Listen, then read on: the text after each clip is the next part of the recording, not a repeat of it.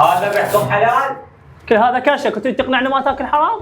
شوف لي دجاجه زينه عند خطاب من الناصريه. تذهب لهم رباط؟ هاي الدجاجه مالتها ما ارتحت لها. شنو تعاركت وليس مشى بالثلاجه؟ شنو هاي راح تذبحها؟ لا تذبحها بالسكينه. بعد شلون اقتلها بنفور؟ اريد الدجاجه اربيها. جرب بروحك اول. سوي تخفيضات كل كيلوين باربعه. ما فيها مجال بعد؟ اذا اقول لك بالعافيه اخسر. شنو هاي ملابسك؟ شنو ما شاحن السيزين؟ هاي ربع الدجاجه.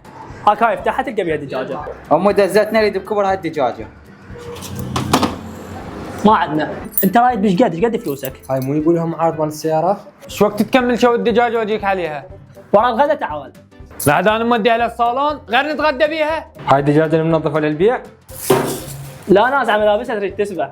كبيره هاي رايد اصغر شويه. تصغر بالطبخ. بيش كيلو؟ 5. لا هاي ثلاثة الكاتفة برا عمرك؟ قد يصير انت؟ 100,000. شنو حسابك؟ صدق الف مبروك على 100,000. تبيع دجاج؟ لعد هاي شنو ببغاء؟